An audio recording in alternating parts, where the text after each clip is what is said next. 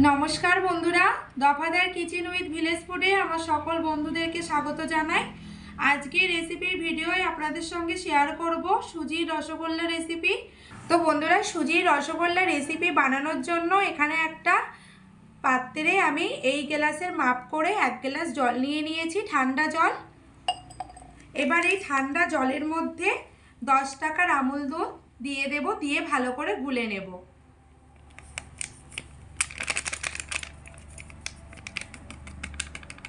আমুল দুধটা দিয়ে বানানোর চেষ্টা করবেন। আমুল দুধ দিলে কিন্তু রসগোল্লার টেস্টটা খুব ভালো হয়, না দিলেও কোনো অসুবিধা নেই। আপনাদের হাতের কাছে যে দুধ থাকবে আপনারা তাই দিয়ে বানাতে পারেন। জলের মধ্যে গুঁড়ো দুধটা খুব ভালো করে মিশিয়ে নিয়েছি। এবার এই দুধের মধ্যে আমি গরুর দুধ 1 বাটি মাপ করে দিয়ে দিচ্ছি।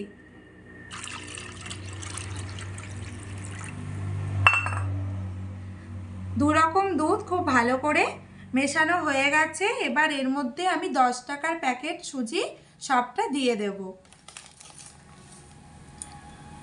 10 টাকার সুজির প্যাকেটের সমস্ত সুজিটাই আমি দুধের মধ্যে ঢেলে ভালো করে মিশিয়ে নিচ্ছি।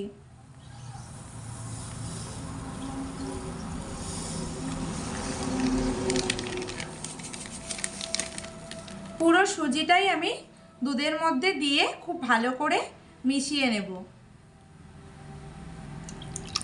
ঠান্ডা জলে বা ঠান্ডা দুধেই কিন্তু সুজিটা মেশাতে হবে। এবার আমি এর মধ্যে অল্প পরিমাণ বেকিং সোডা দিয়ে দেব, খুব অল্প করে।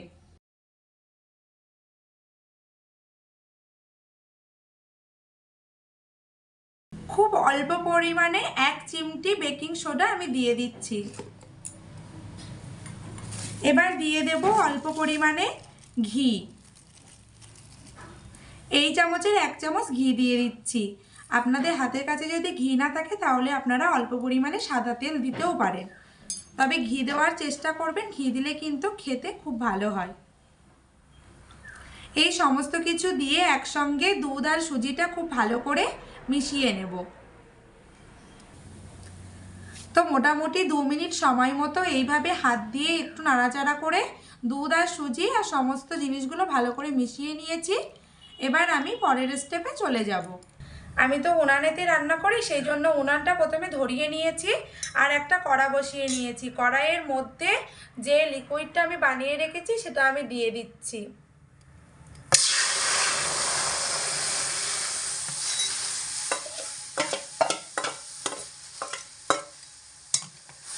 এবার খুন্তি দিয়ে হালকা আঁচে এইভাবে ঘন ঘন নাড়াচাড়া করে একটা ডো তৈরি করে নেব। তো দেখুন বন্ধুরা, ধীরে ধীরে কিন্তু সুজি পুরো দুধটা টেনে নিচ্ছে।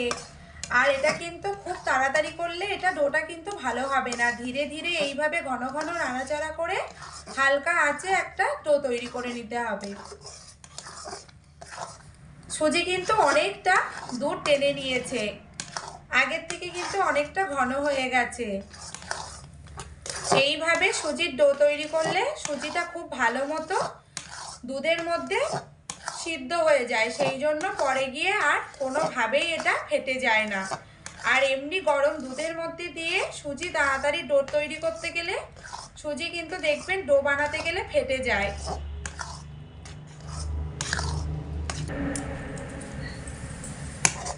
তো ঘন ঘন নাড়াচাড়া করে হালকা আঁচে রেখে সুজির ডোটা বানিয়ে নিয়েছি। ডোটা কিন্তু বন্ধুরা আমি এরকম নরম রেখে বানিয়েছি, খুব শক্তও নয় আবার খুব বেশি নরমও নয়। এটা ঠান্ডা হলে আবারও একটু শক্ত হয়ে যাবে। তো এই অবস্থাতে আমি ডোটাকে উনুন থেকে নামিয়ে নিচ্ছি। তো বন্ধুরা, সুজির ডোটা আলাদা একটা পাত্রে নামিয়ে ঠান্ডা করে নিয়েছি। সুজির ডোয়ের মধ্যে এবার দিয়ে দিচ্ছি ওই একই চামচের মাপ করে 1 চামচ ঘি, আর এই চামচেরই মাপ করে 4 চামচ ময়দা। উঁচু উঁচু 4 চামচ ময়দা দিয়ে দেব। 4 চামচ ময়দা দিয়ে দিলাম। তো ঘি আর ময়দা দিয়ে সুজির ডোটা খুব ভালো করে মেখে নেব।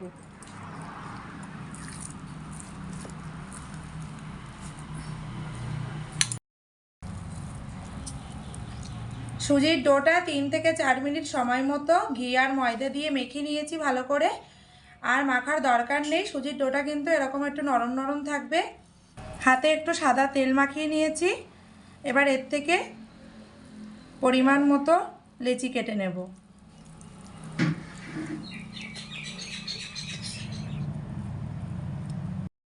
তো এইরকম সাইজে করে কেটে তারপরে গোল করে সমস্ত লেচিগুলো বানিয়ে নেব। তো বন্ধুরা উনানটা প্রথমে ধরিয়ে নিয়ে একটা কড়া বসিয়ে কড়াইয়ের মধ্যে মিডিয়াম সাইজের 3 গ্লাস জল দিয়ে গরম করে নিয়েছি। গরম জলের মধ্যে এই বাটির মাপ করে হাফ বাটির একটু বেশি চিনি দিয়ে দিচ্ছি। রসগোল্লা বানাতে গেলে কিন্তু চিনির রসটা একদম হালকা হওয়া চাই, ঘন করলে কিন্তু হবে না। চিনি দেওয়ার পরে জলের মধ্যে 2টো এলাচ আগে থেকে ফাটিয়ে রেখেছিলাম, সেটা আমি দিয়ে দিচ্ছি। এবার শুধু চিনির রসটাকে গড়গড় করে ফোটাতে হবে 4-5 মিনিটের জন্য। তো বন্ধুরা চিনির রসটা 4 থেকে 5 মিনিটের জন্য খুব ভালো করে গড়গড় করে ফুটিয়ে নিয়েছি। এবার আমি উনুনের জালটা কিন্তু একদম লোয়ে নিতে হবে, আর কিন্তু চিনির রসটা এরকম আর ফোটানো যাবে না। এবার আস্তে আস্তে চিনির রসটাকে অল্প একটু ঠান্ডা করে নিতে হবে, মানে খুব বেশি ঠান্ডা নয়, যেটা অনেকটা গরম আছে সেটাকে অল্প একটু ঠান্ডা করে নিয়ে তারপরে রসগোল্লাগুলোকে দিয়ে দিতে হবে। তো সমস্ত রসগোল্লার পিসগুলোকে চিনির রসের মধ্যে দিয়ে দিয়েছি। এবার একটু জালটা ধরিয়ে নিয়ে মিডিয়াম আঁচে রেখে রসগোল্লাগুলোকে ফুটিয়ে নেব চিনির রসের সঙ্গে। হাই আঁচে দিয়ে নয় কিন্তু, মিডিয়াম আঁচে রেখে।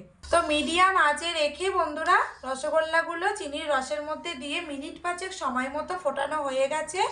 এবার কিন্তু আমি উনুনের আঁচটা একদম লোয়ে দিয়ে দিয়েছি। হালকা আঁচে রসগোল্লাগুলো আরও মিনিট 5 সময় মতো উনানেতে এইভাবে রেখে দেব। তো বন্ধুরা দেখুন রসগোল্লাগুলো কতটা সুন্দর হয়েছে, দেখেই কিন্তু এমনি খেতে ইচ্ছা করছে গরম গরম। এতটা ফুলেছে রসগোল্লাগুলো। হালকা একটু আমি নাড়াচাড়া করে দিচ্ছি, বেশি কিন্তু চামচ বা খুন্তি লাগাবেন না, ভেঙে যাওয়ার কিন্তু একটা চান্স আছে। আমি এইভাবে আলতোভাবে হালকা একটু নাড়াচাড়া করে দিচ্ছি, যাতে করে রসগোল্লাগুলো ভালো করে রসগুলো ঢোকে রসগোল্লার মধ্যে। তো দেখুন হালকা একটু নাড়াচাড়া করে দিলাম, আর রসগোল্লার রসটাও কিন্তু আগের থেকে অনেকটা মানে একটু ঘন হয়ে গেছে। রসটা কিন্তু এরকমই হালকা হবে, এই দেখুন একদম পুরো দোকানের রসগোল্লার রস যেরকম হালকা হয় ঠিক ওই রকমই হালকা একদম। রসগোল্লা যত আপনি হালকা রসে ফোটাতে পারবেন তত কিন্তু রসগোল্লার মধ্যে রসটা ঢুকবে, আর রসগোল্লা কিন্তু তত এই রকম রসের উপরে ভেসে উঠবে। একটা রসগোল্লাও কিন্তু আমার রসের তলায় পড়ে নেই, সব কটা কিন্তু উপরে এরকম ভেসে উঠেছে, এই দেখুন সব কটা ভেসে উঠেছে। আর সব কটা কিন্তু ফুলে গেছে, ফুলেছে বলেই কিন্তু উপরে ভেসে উঠেছে, এরকম না ফুললে কিন্তু তলাই থেকে যেত। ফুলেছে বলেই এরকম উপরে ভেসে উঠেছে, আর পুরো গোল গোল একদম পুরো ফুলে একবার ডবল হয়ে গেছে একদম, দেখুন বড় বড়। তো এটা যে সুজির রসগোল্লা এটা কিন্তু দেখে একদমই বোঝা যাচ্ছে না, মনে হচ্ছে যেন এটা ছানার রসগোল্লা। তো বন্ধুরা আপনারা একবারের জন্য হলেও বাড়িতে বানিয়ে খাবেন, অবশ্যই আপনাদের ভালো লাগবে।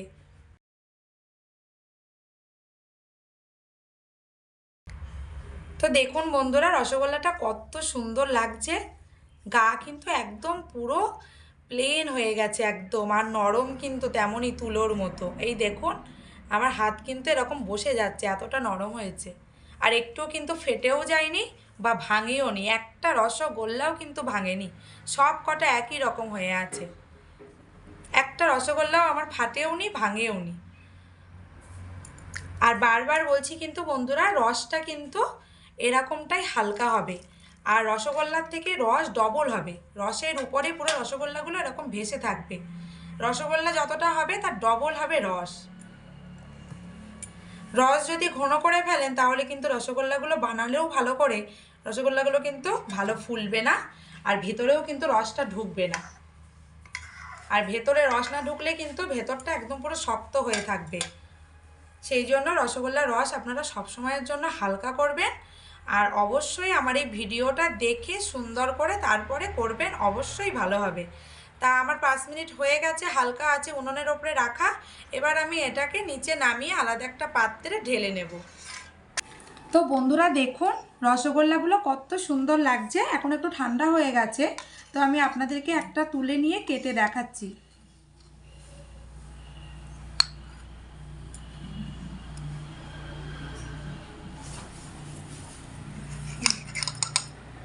পুরো নরম হয়েছে, এই দেখুন ভেতরেও কিন্তু ফাঁপা একদম পুরো।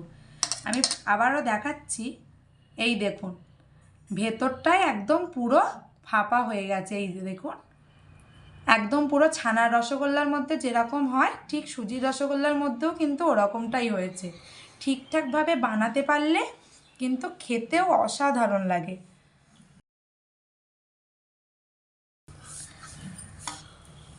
আমি আবারও একটা কেটে আপনাদেরকে দেখাচ্ছি।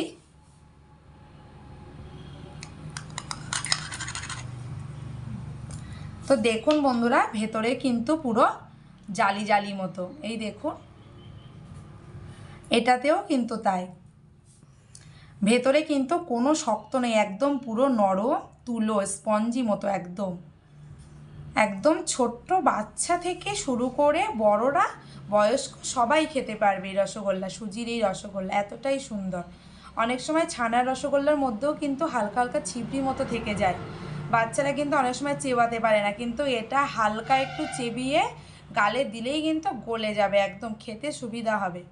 তা আপনারা অবশ্যই একবারের জন্য হলেও বাড়িতে চেষ্টা করুন, দেখবেন অবশ্যই সুন্দর হবে। তো আজকের মতো ভিডিওটা বন্ধুরা এই পর্যন্তই আমি রাখছি। আবারও আগামী দিনে নিত্য নতুন রেসিপি নিয়ে আপনাদের কাছে আসব। ততক্ষণে আপনারা সবাই ভালো থাকবেন, সুস্থ থাকবেন, আনন্দে থাকবেন। ধন্যবাদ।